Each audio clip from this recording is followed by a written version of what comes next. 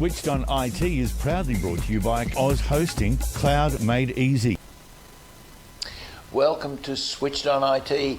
I'm Barry. This is the show where we talk about everything IT.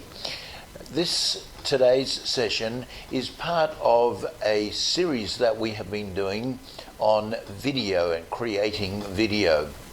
Today, Doug and Ray are going to talk about the next section of creating video, and they're going to cover things like the nuts and bolts of how do you go about creating video and what are the tools that you need. They're going to talk about some of the things like lighting and cameras and things like that. Doug and Ray are with us now. Welcome, gentlemen. Hi there. G'day, Barry. Ray, tell us a little bit about what we need to be able to produce effective video, both for educational purposes and for producing the kind of content that's going to promote our businesses. What do we need to be able to do that effectively? Sure. So as you said, we're gonna talk really about the strategy or the real technique for creating compelling content in a small business video. Then Doug and I are going to talk about really the equipment that you're going to need to be able to make video happen, and then we'll close out with a discussion on the software that's available across the board. There's just so many different types of software. But to start out, let's talk about creating compelling video content as a small business. There are really three fundamental components, and I talk about this all the time, and I think that it's really important for every small business owner to really think about how you're creating compelling video. They are founded on three tenets. That is value. The video needs to be providing value, right? What is the true content, substance of the video, and is it valuable to the audience? You need to consider this wisely and thoughtfully, because most people just think, well, I just have to create video. I have to create video so that I can create more content. I need more content to be able to drive more traffic, and all of these kinds of things that people say frantically to me all the time. And you need to kind of take a step back and take a deep breath and do some real, maybe back of the napkin, back of the envelope planning to decide what is the real value of the video that you're providing. Just like public speaking, like any other presentation work that you're doing, you are trying to do one, if not a couple of different things within any video. You might be attempting to just entertain someone with your video. You might be attempting to persuade them to understand something. You might be trying to inform them about something, and potentially a mix of those things. But if you do not know what the value of producing that video is, then you have, if you don't know where you're going, anywhere will get you there. Anywhere will do. Like the problem with this is you need to have a direction, and value comes in knowing what the actual message is, so that you can be mindful about what you're doing as you're producing it. The second two functions are emotion and motion. Video is usually somewhere around 20 frames per second. It could be a little bit higher, a little bit lower than that, but traditionally you're talking 20, 30, 40 frames per second. These are still frames, and so motion is inherent in those still frames moving across the screen in this rapid succession. What is happening on screen? For example, right now, you're watching my lips move, but otherwise not much else is moving on the screen. Now, what has to happen here is that the value I'm providing needs to compensate for the lack of motion that is being provided. And quite frankly, also then the lack of emotion that is being provided here, right? So if I'm not making you laugh, if I'm not making you get up out of your chair and say, gosh, you know what, he's wrong, and emoting, then you need to be supported in some way, shape, or form with value or other parts, right? So again, motion, emotion, and value all come together to tell you whether or not that video is compelling, right? If you've ever watched the Old Spice commercial, and at least here in the United States, the Old Spice guy comes across the screen and he's moving and he's telling the story, and he's all these funny things are happening to him on screen. The motion of what's happening is compelling to you because of the narrative of this kind of comical thing that nothing goes wrong as he's making his way through the video. And you get the value of what he's talking about, which is that he has this deodorant, and that's what's making him confident to be able to get through all of these parts of the commercial. We have to remember that we are in this screen, and when we're inside of the screen, we need to be able to create a sense of movement. We have to create a sense of emotion, get you to emote. It's you who needs to emote, not me. I already know this content. I don't need to know it again. So I need to get emotion out of you, the viewer, and what I'm providing needs to have value to you. It doesn't need to have value to me. It has to have value to you. And so if you can get those three pieces right, then you have compelling video. I haven't seen a single video out there that wasn't compelling that had those three components. Every video I've seen out there, that is compelling, and really that's what we want in a business, right? We want a video that is going to get us to want to do something, and rise something out of us, inspiration, the motivation to be able to say, yes, I'm going to go do that. And for you, that might be to buy your product or service. It might be to get your viewer to pick up the phone and call you, to go to your website and visit a page, to scroll through your website and fill out a form. Whatever it is you want them to do, that video needs to be able to compel them to do something. And that compulsion comes from those three components. Doug, any thoughts? Any additional kind of ideas that crop up when we talk about creating compelling video content? Well, I think previously we also talked about things like, making sure that the lighting and the execution is good, but also we were talking about content, and even just things like the length of the video, the length of the material, because I think there's also some key points in there in terms of the period of time that you can keep folks engaged for. And I'm pretty sure there's some interesting statistics on platforms like YouTube as to typically how long people are engaged in a piece of footage on a publishing platform like YouTube. So are there any sort of stats there that you'd like to share with us, Ray? Sure. My argument is that if you're creating compelling content, the length doesn't matter. You should create the content of a particular length when it comes to length of video. It should be as long as it's needed to get the message across.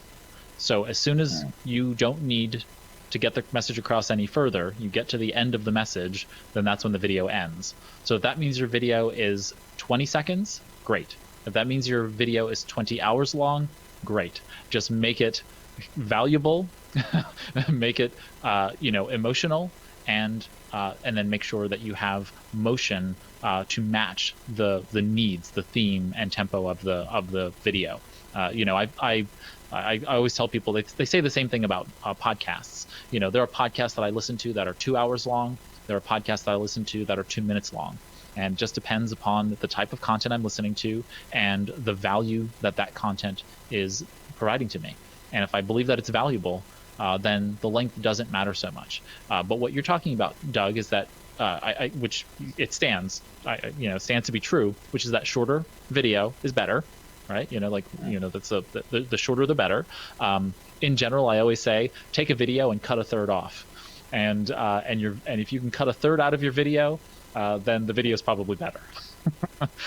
So if you have a video that's 6 minutes long, you chop off 2 minutes, and the video is probably going to be just as good as it was at 4 minutes than it was at 6. And I forget who came up with the quotation that said that movies are basically everyday life with the boring bits taken out. I'll have to look up that quotation at some point. But it really does make a lot of difference when you start to take out the stuff that is boring. And again, it goes back to that idea of compelling content speaks to emotion. And emotion is driven by, and compelling content is driven by, that sense of pressure, that sense of time pressure on an individual. You want to create a sense of pressure in your videos that makes someone want to do something. And that's really powerful in any compelling video, in any video that you're creating that you want to be compelling. So yeah, that's really the recipe for creating compelling video content. Think about those three components, and worry about the value you're providing, and then use motion and emotion as the vehicles to be able to make that happen. What is happening on screen in terms of movement? And many times people don't realize that you don't have to have, it's Doug and I and Barry as well. We're talking heads on screen. That's not a bad thing. We're doing a type of content where the value of what we're doing should be high enough that should overcome for the lack of movement, right? And you'll see me gesticulating. I'm a gesticulator, and so there's a bit of motion on screen. But know that the value comes into place with our ability to get you to feel an emotion, which is a sense of hopefully confidence that you can go out there and do better with your business, and whether we're talking about cybersecurity or digital marketing or otherwise, you are being empowered to do what you need to do in your business, and the value is in what we're telling you about what we know in those subjects. So that's how you create compelling content.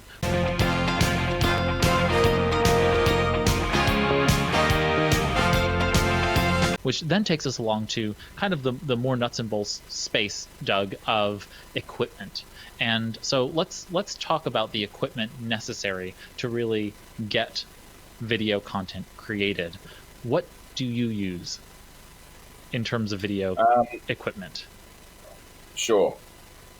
In our business, we're generally providing useful, helpful, instructional videos to IT folks, managed service providers.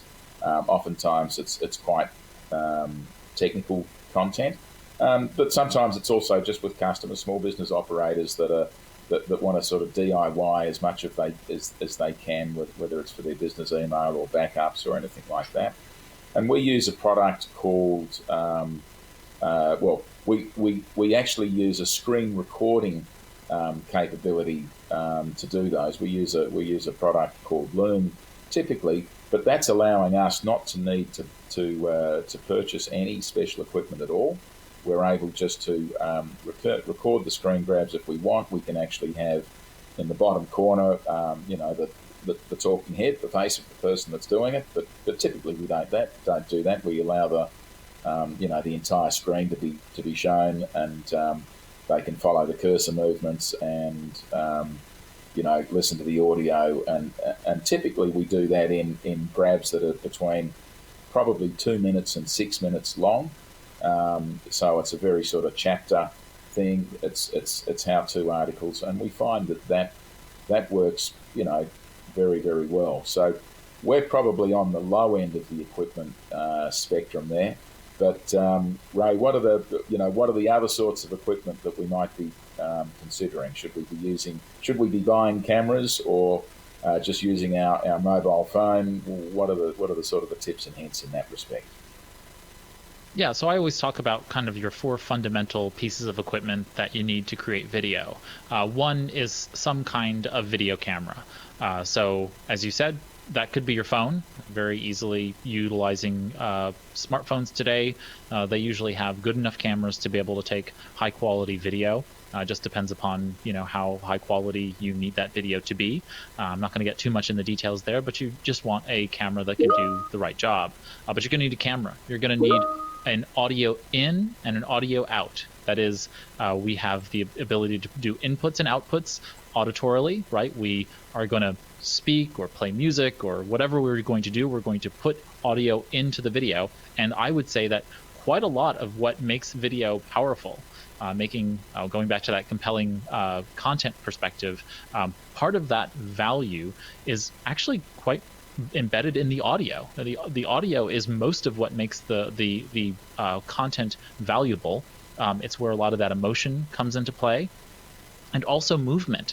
You don't think about it, but there's actually quite a lot of it that is communicated in terms of movement related to audio. And so technically audio is, sound is just basically vibrations of the air. So you can really think about it from a physical perspective, but it's movement. And so that's why I always talk about motion, including both audio and video, audio and those frames moving across the screen. So you need to think about this from the perspective of how good the audio is. That usually means a separate audio input, meaning that you'll have a microphone or some kind of headset that you are using in order to be able to do that. Maybe a little lapel mic that is being utilized to be able to capture good audio. You could have really bad video in a compelling video clip, but you cannot have bad audio. So you have to have good audio. That means that if you are using a phone to be able to record, it needs to be recording really good audio, or you need to get something separate that connects to it, either by Bluetooth or physically connecting to it wired-wise, and make sure that that audio is clear. Now, you can see in my case, I'm using an external microphone that is not utilizing my video camera's audio. That's because this microphone is going to give me much, much better sound isolation and clearer audio than the webcam is. So I've chosen to have that separate piece of equipment both connected to a computer, which is where we're doing this recording within this virtual studio. So we have now audio in, right, getting audio from me to you, and then there's the audio out. If you're doing any kind of audio that requires you to hear what's going on, say, for example, if I was monitoring my own audio, you cannot have just a speaker playing around your microphone. You're going to get feedback. You're going to get audio from the outside bleed into the microphone that you're trying to not get back into in. So, for example, I don't want Doug's audio or Barry's audio to go into my microphone. So instead, I'm wearing a wireless headset that is bringing their audio into me, so only I can hear it, and it's not getting back into the microphone. So we need to make sure that we have an isolated out for any audio. Another point is that I don't want my computer making any sounds and dinging and binging while I am doing a recording. So those happen in my ear. I've also have my desktop computer suppress those audio notifications while I'm recording, so that we don't get any of that stuff coming into my microphone while I'm doing that, right? So that's video camera, audio in, like a microphone, audio out, like a headset, and then finally lighting. Lighting is imperative. Good lighting makes you look good. Bad lighting makes you look like Skeletor, like you've just died. I recently saw a video where they were doing a video interview, and this person had a really dark overhead lighting, and the person's face was just sunken and sullen. It looked like they were just on death's door. And I'm sure that the person looked totally normal in any other lighting. It was just this very, very dark overcast lighting, and their forehead shelf just darkened their entire eye socket, and they just look terrible. So what I have is a series of lights that are sitting both in front of me, that is behind the camera, and then overhead, and those are providing enough lighting to be able to illuminate my face and the upper portion that's here on screen, as well as not casting any shadows around me that might be appearing that I don't want to appear, just giving me enough lighting so that there isn't dark spots on the screen. That's just generally good for you. You can use natural lighting if you record outside. That's really usually not a problem. Overcast days are the best days to record outside. And so Doug, thoughts, questions? Barry, I'm sure you have other equipment that you use when you're recording. What other equipment do you use when you're recording? Well, certainly from my side, as I said, our needs in terms of recording are fairly modest. We do use a little bit of very, very simple lighting, which is effectively just some of those small LED lights that are battery operated that you can just buy, and they have a flip out stand, and you can put them on shelves and put them around the room, and they can be quite effective in terms of providing some reasonably natural light. But that aside, as I said, we're mostly doing screen recordings, and so that means our requirements are fairly simple. Barry, have you got anything you want to add in terms of the the equipment that you use? Yeah, well, the equipment that we are using, of course, is high-end studio recording equipment, which is quite prohibitive for most businesses. The other thing that you didn't mention that we use is I am actually sitting in a green screen studio. So the camera is actually looking at a green screen behind me, but you can't see it because I've green screened it out of the shot so that all you see is me sitting here at this desk. We've had, during this pandemic, we've had quite a bit of extra experience now of producing video where we're bringing people in from very ordinary situations in their homes. And one of the things that I've now done, and is a good idea for anybody who is producing content where they're bringing people in like that, even for Zoom meetings and things like that, we now have a document that we send to everybody that delineates for them all of the things that they need to do to make sure that their setting is correct. One of the things that we talk about, of course, is lighting.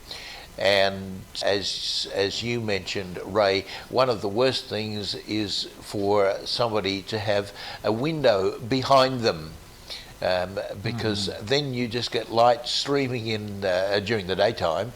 You get light streaming in through the window behind them, and they simply disappear into the light because that's what the camera catches. The other thing that we talk about is sound, and one of the things that is a real issue is people using their laptops and using the sound on their laptop as the sound source, which means that they have the feed of the sound coming out as well as the sound going in, and we often end up with feedback with that. The other thing that I would say that you haven't mentioned is that if you are using phone or whether you're using a laptop, make sure that you've got that phone or laptop on a surface. And earlier, Doug, you showed us a tripod that you had. There's nothing more disconcerting than having somebody with a laptop sitting on their lap, and you see them moving all the time, and their video, their screen moves all the time. And while you said that we need movement, Ray, there's nothing worse than feeling seasick because somebody's jumping up and down on their screen. Yeah, there is good movement and there is bad movement. Yes. So yes, compelling content doesn't mean seasickness. So, unless that's what you're trying to get people to do. Maybe you're trying to get people to buy Dramamine. So maybe you have, have a seasickness remedy. They're good points. Look, I think what we should do is let's go to a break, and then maybe when we come back, we can talk about the software platforms and tools that people will need to use once they've got their compelling content and they've got their equipment. Digital marketing at A1 Supercheap Tyres is paramount. With having local search on board, they're definitely a part of our business. They are like having a marketing team of your own. It's by far the most important thing to this business and surviving and growing.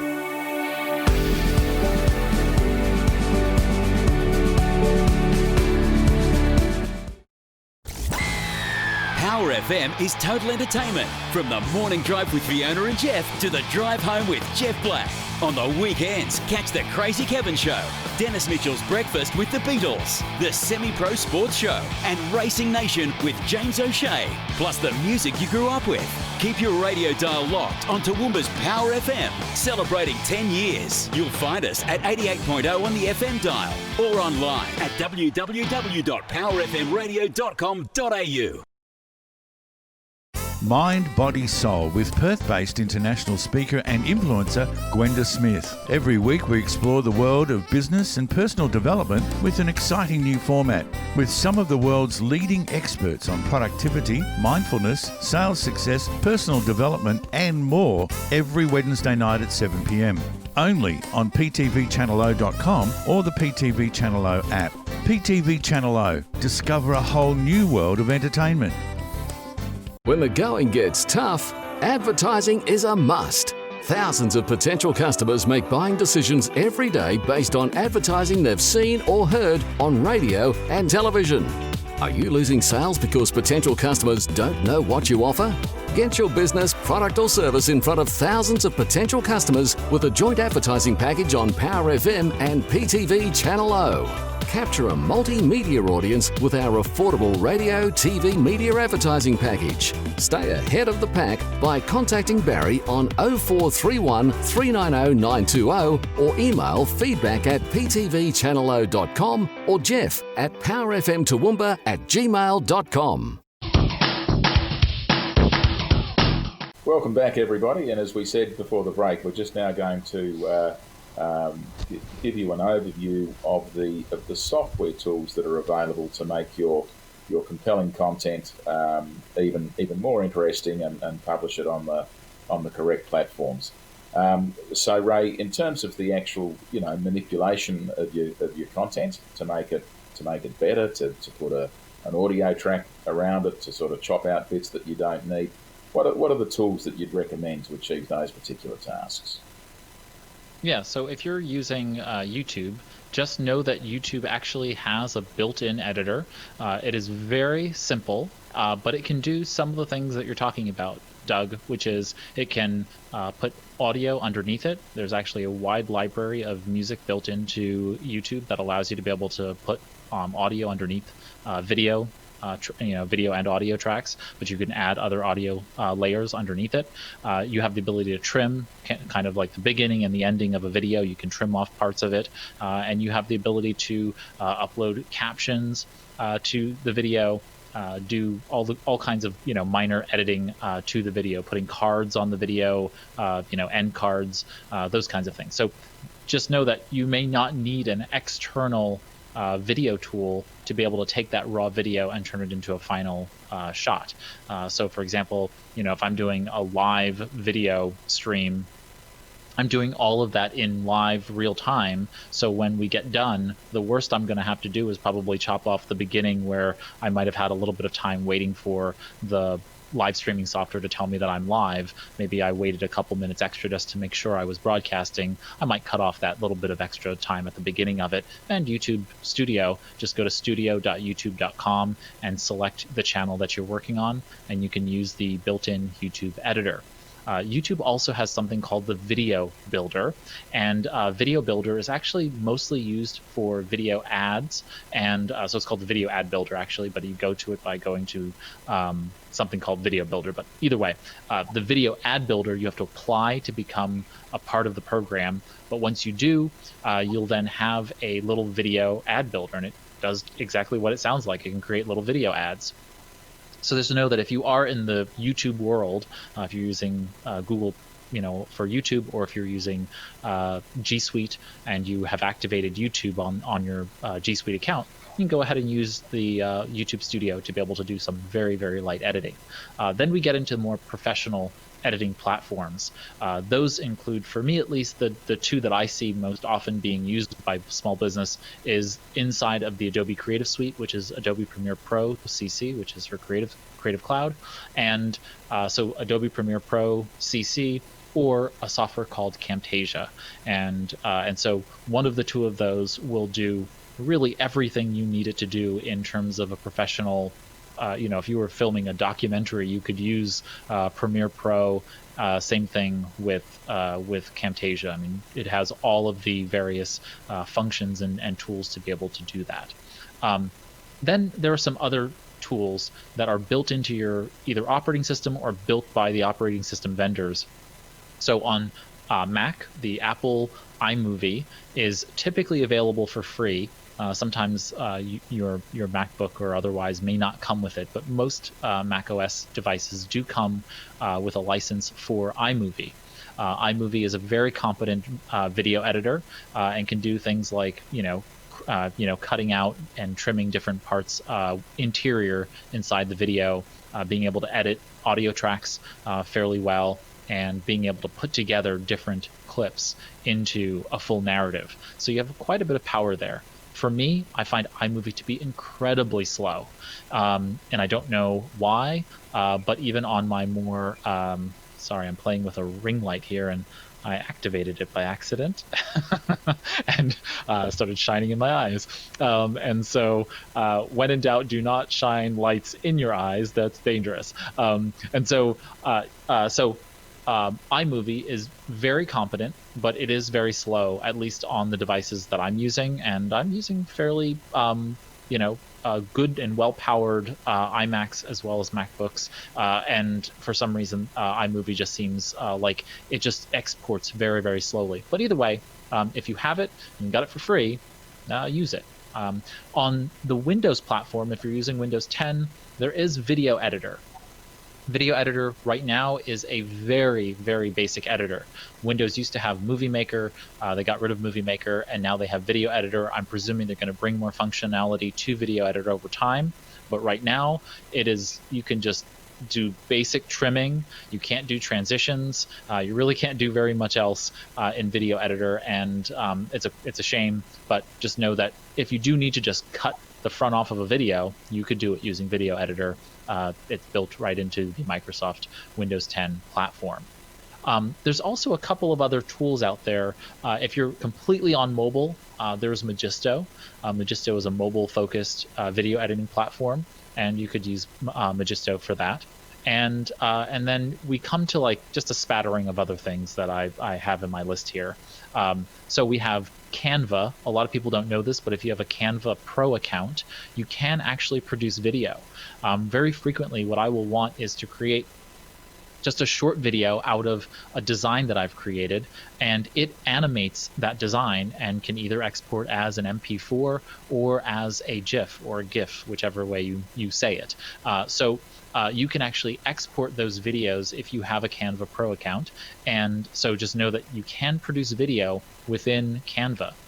So, I'll put together a design and maybe I just want to make it just fun and moving, so that when I put it on social media or otherwise, it's not just a static image, and Canva gives me that ability to do so. You can use Adobe Spark to create video as well. It's a free online YouTube video maker. And then one of my favorites is a tool called Lumen 5. And Doug and I were talking about this before we started recording. But in essence, what Lumen 5 does is it takes mostly blog entries, but you could take any text, and you upload that text to Lumen 5. Lumen 5 uses machine learning algorithms to basically generate video using stock footage and lifting text out of the text that you put into the system, and it creates a video based on that.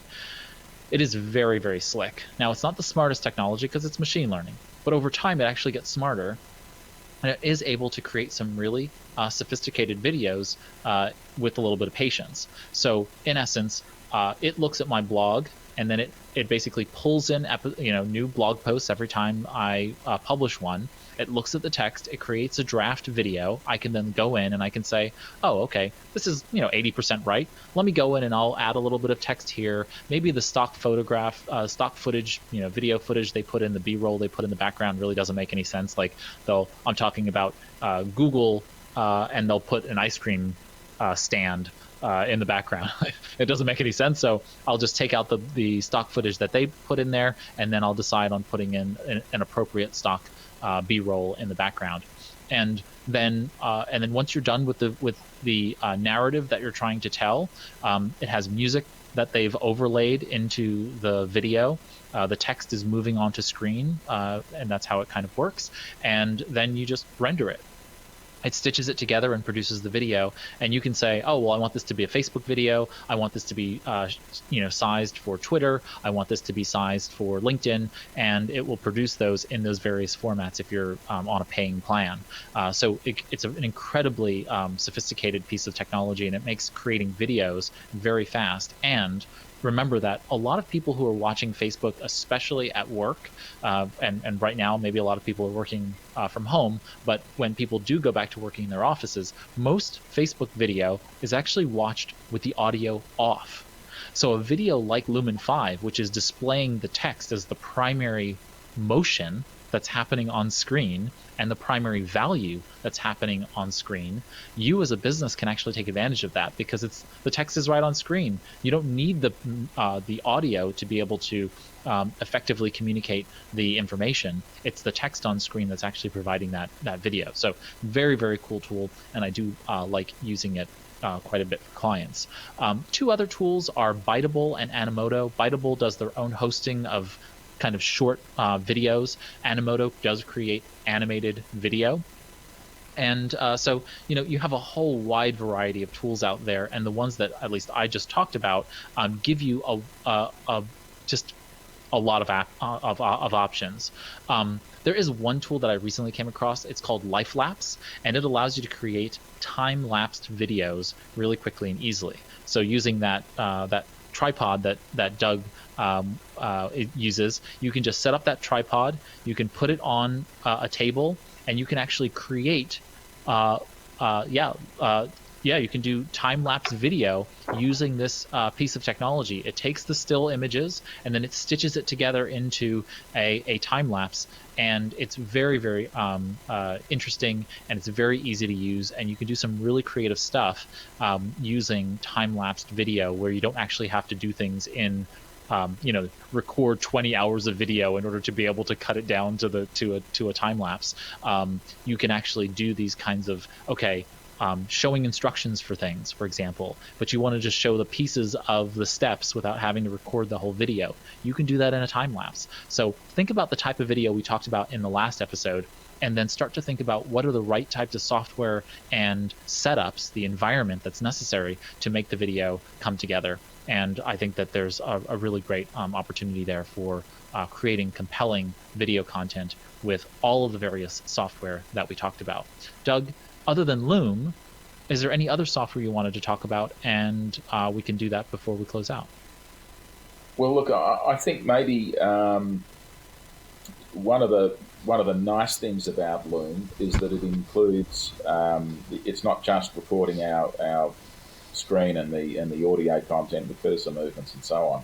It's also providing a very user-friendly hosting platform. So we can catalog our videos, we can then create links to them, and it's very easy, obviously, then to send a link in an email to to a customer, to a managed services provider with some instructions on how to get around a gnarly issue that they might be dealing with. And it's actually it's quite impressive too, I think, for customers and clients when within 5 minutes of discussion they get a little video that explains something that on the other end of the line they found very difficult too, and they may not have been able to do any sort of team sharing thing. And the great thing about that sort of situation is that they get to keep the link. We continue to host the video. So I think the other thing that we can touch on is just what are the best options for our viewers to actually host the content that they've been producing. What are your recommendations in that space? Yeah, we touched on that a bit in our first episode in this series, and so I'll repeat that. I think that YouTube is great for video that you want to host publicly, and especially if cost is a factor, you can post both public, unlisted, meaning that it doesn't show up at least broadly on YouTube, so it's semi-private, and then you have private video where you can actually give access to individuals for those videos. It's kind of hidden in the YouTube system, but you can do it. You can say, I only want Barry and I only want Doug to see this video, and give them access through their Google account to see it. And so you get a lot of flexibility with YouTube. If you're trying to embed on a specific website and only allow people to watch it in a specific space, then you might move to something like Vimeo, either Plus or Pro or Business, in order to be able to embed that video inside of a community forum. So for example, I run a digital community, and that digital community has video that I only want to be seen in that space. Now with YouTube, anyone can just grab the YouTube link and share it to anyone else. But with my Vimeo account, I can say, I only want this shown on my domain. And so that video that's embedded in that community cannot be viewed outside of the community itself. So those are the two primary platforms for really being able to host video, both publicly and privately. But then you come across a wide variety of other video platforms for hosting. And I would say go back to episode 1 in the marketing series, the video marketing series, and see our discussion about where to host video and for what reasons you would choose those particular hosts. Terrific. Okay, look, I think that's a terrific coverage today of the tips and hints in creating content, the equipment that we're going to use, and our options in terms of manipulating, editing, and making the content ever more compelling by appropriate treatment after it's shot. Barry, I'm just wondering if you've got any further questions for myself or Ray. No, I don't have any questions, but I think that it's probably appropriate at this point that we raise a couple of issues that video content creators should be considering. The first one is the use of copyrighted material. You are legally permitted to use 10% of a copyright material in your video. However, what you will find is that sites like YouTube and Facebook will shut that down regardless of how much content is in there. So be careful with especially if you're using background music on your video. There are lots of sites out there where you can purchase copyright-free music. Much better to use that kind of content, because then you won't have issues with having your content shut down by either Facebook or YouTube. The other issue that's a really critical one when you're thinking about the place that you're producing your video is to be careful where you've got children involved. So, if you're out filming somewhere in the street or something like that, be really careful with having children in your video, because and actually one of the things that YouTube will ask you is this video made for children or not?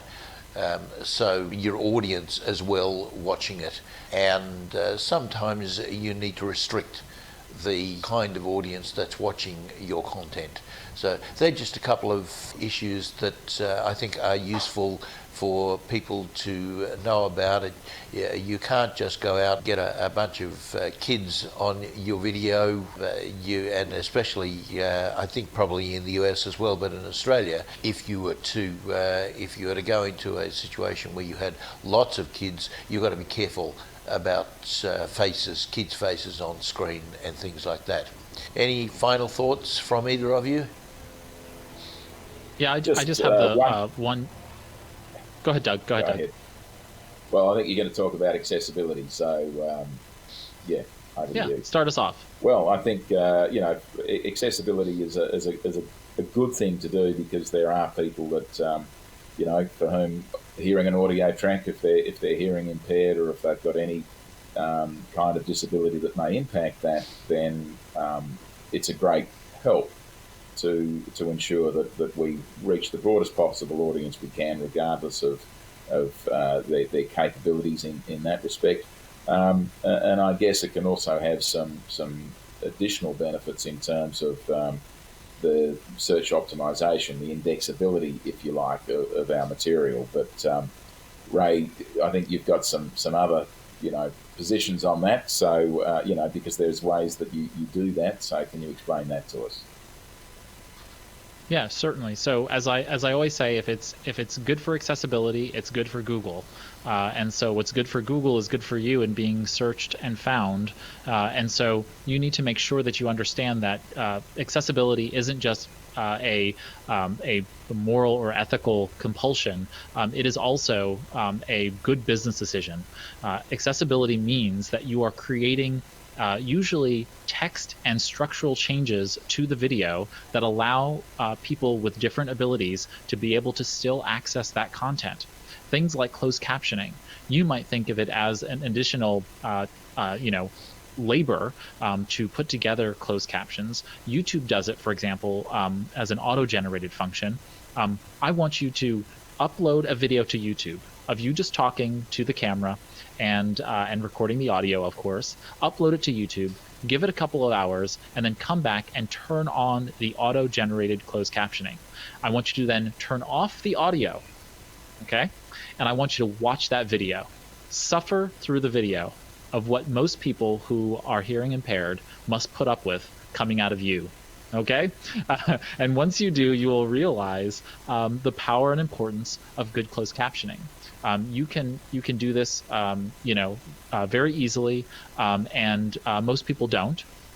And so I would just suggest that even if you can't do, entire closed captioning, at least go through and fix the major mistakes. Right? You can go through the closed caption and say, oh gosh, you know what? I said banana. I didn't say, whatever, some other nonsense word. Fixing those kinds of keywords, again, helps the person who might be hearing impaired, but it also actually helps Google. Because if you meant to rank for banana and it heard, I don't know, Ben Affleck, right? And you start ranking for Ben Affleck, you're not going to win that game, right? But if you're trying to rank for the word that you actually said in the video, you need to make sure that you update those things for that, okay? So really take advantage of that. The other is obviously the title of the video, and making sure that the description in the videos are properly keyword optimized, and many times just providing a basic summary of what you talked about in the video can be very useful. Either time signatures, where you place a time signature in the description to the various points where you had the conversation or had the recording or whatnot. Those can be incredibly helpful for both a person who is trying to find content, but also to Google in understanding the structure and the nature of that content. You can now create what are called chapters in YouTube by putting specific time signatures into the video, and in those chapters, you can write in keywords. You can type in what is it that this section of the video, this video clip, is all about. Guess what?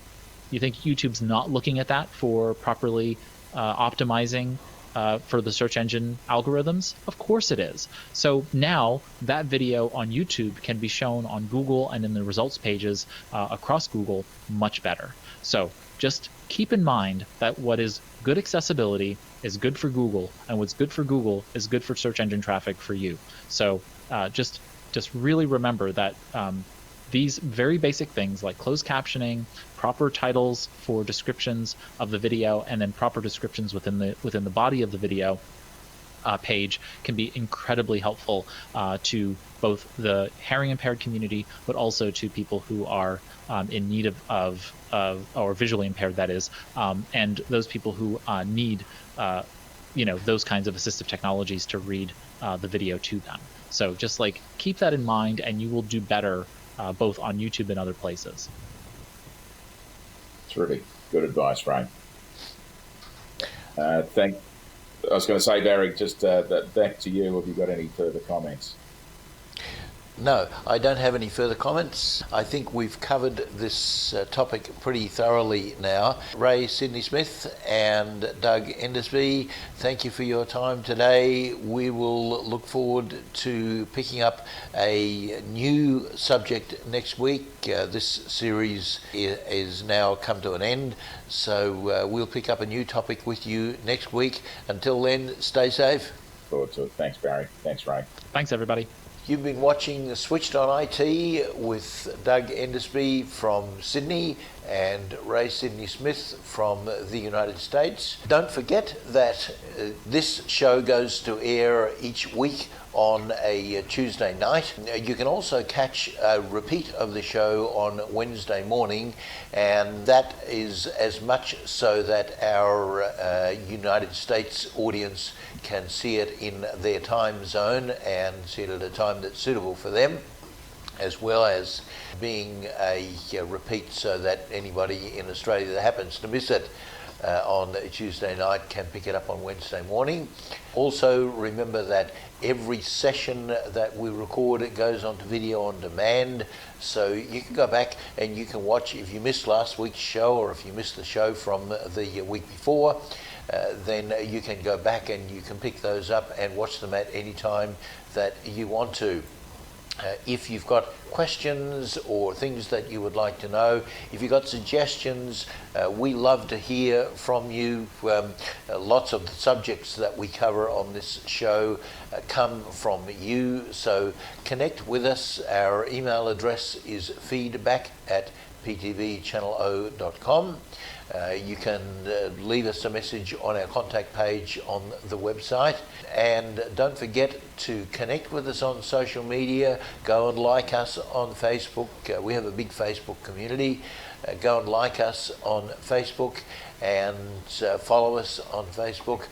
Don't forget that we have lots of other shows on this station as well, and I should also remind you that we now have a series of channels on here, and you'll find them if you go to the top of this page. You'll find live channels, and in the live channels you'll find that we have a couple of 24-hour movie channels, we have a drama channel, we have a crime channel, and we have a couple of 24-hour news channels as well. So you can pick up all kinds of interesting content on there, and we will look forward to bringing you another Switched On IT show next week. Until then, stay safe, and we'll see you next week.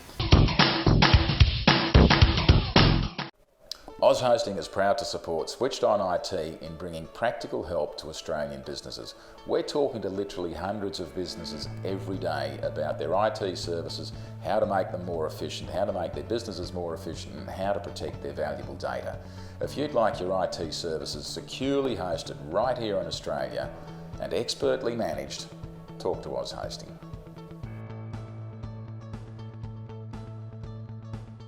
Mind, Body, Soul with Perth-based international speaker and influencer Gwenda Smith. Every week we explore the world of business and personal development with an exciting new format, with some of the world's leading experts on productivity, mindfulness, sales success, personal development and more, every Wednesday night at 7 p.m.